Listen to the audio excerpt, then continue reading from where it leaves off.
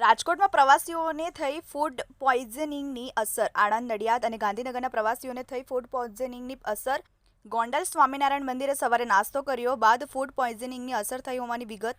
30 જેટલા પ્રવાસીઓને ફૂડ પોઈઝનિંગની અસર થઈ. ફૂડ પોઈઝનિંગની અસર થનાર તમામ પ્રવાસીઓને સારવાર અર્થે યાત્રાધામ વીરપુરની સરકારી હોસ્પિટલ ખસેડાયા. તમામ લોકો ગોંડલથી વીરપુર જતા સમયે તબિયત લથડી હતી.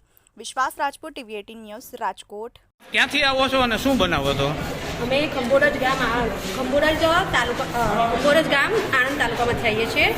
સ્વામિનારાયણ મંદિર દર્શન કરવા આવ્યા હતા ગોંડલ. સવારે નાસ્તામાં મેં ઢોકળા અને ચા લીધી હતી તો તબિયત બધાની ખરાબ થઈ ગઈ છે. હા, અને આપ ક્યાંથી ક્યાં જતા હતા અત્યારે હાલ? અમે ગોંડલથી વીરપુર આવ્યા. વીરપુર દર્શન કરવા આવ્યા અને વીરપુરથી પાછા જવાના હતા ગોંડલ. હા, એટલે રસ્તામાં તબિયત પ્રશ્ન બધી. થયો તો અમે હોસ્પિટલ આવી ગયા. ઓકે, અને આપે નાસ્તો ખરેખર ક્યાં કર્યો હતો સવારે? સવારે નાસ્તો ગોંડલ મંદિરમાં. કયા મંદિરમાં કર્યો હતો બેન? PAPS સ્વામિનારાયણ મંદિર. સ્વામિનારાયણ મંદિરમાં કર્યો હતો. ઓકે, અરે ત્યાંથી નાસ્તો કરીને બધાની તબિયત લથડી. ત્યાંથી નાસ્તો કર્યા પછી તબિયત 2 જણને અમે સારું કશું નથી તો બીજા 3 જણને વખત તબિયત ખરાબ થઈ ગઈ છે. અમે ગોંડલ મંદિર ગયા, ત્યાં ચાલ્યા અને ઉપર ચડીને અમે દર્શન કર્યા. એથી અમે નાસ્તો કર્યો. નાસ્તો કરીને અમે પ્રદક્ષિણા કરીને અમે બેઠા. પેલા કયું મંદિર વચ્ચે વીરપુર મંદિર ગયા. વીરપુર મંદિર અમે ખાલી સોડા પીધા. ચક્કર આવતા હતા બધાને કે સોડા પીધા. માતાજીના દર્શન પેલા ભાઈના ના વીરપુરમાં બાપાના દર્શન કર્યા. એથી આવીને અમે ઘરે ત્યાં મંદિરે રસ્તામાં સોડા પીધા. એથી અમે ગાડીમાં બેસ્યા. ગાડીમાં બેઠી અને ખોડલધામ જતા હતા. ત્યાં રસ્તામાં અમને આવી તકલીફ થઈ છે.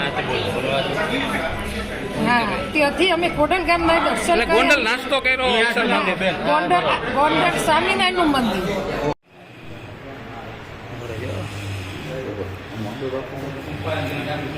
બેન, ક્યાંથી આવો છો અને શું બનાવો છો? અમે છે ને ગાંધીનગરથી આવીએ છીએ.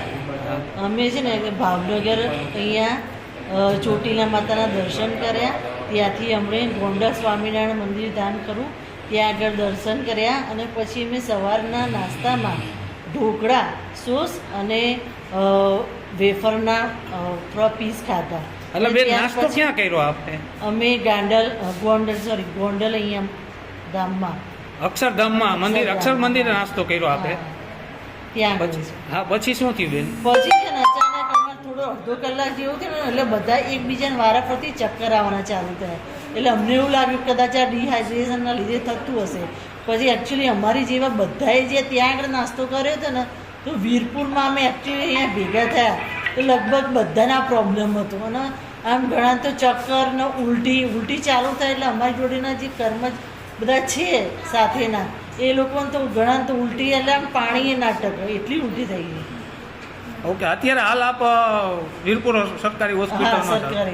આપ કેટલા જણા હતો સાહેબ? અમે તો છીએ ને અમે 11 જણ છીએ.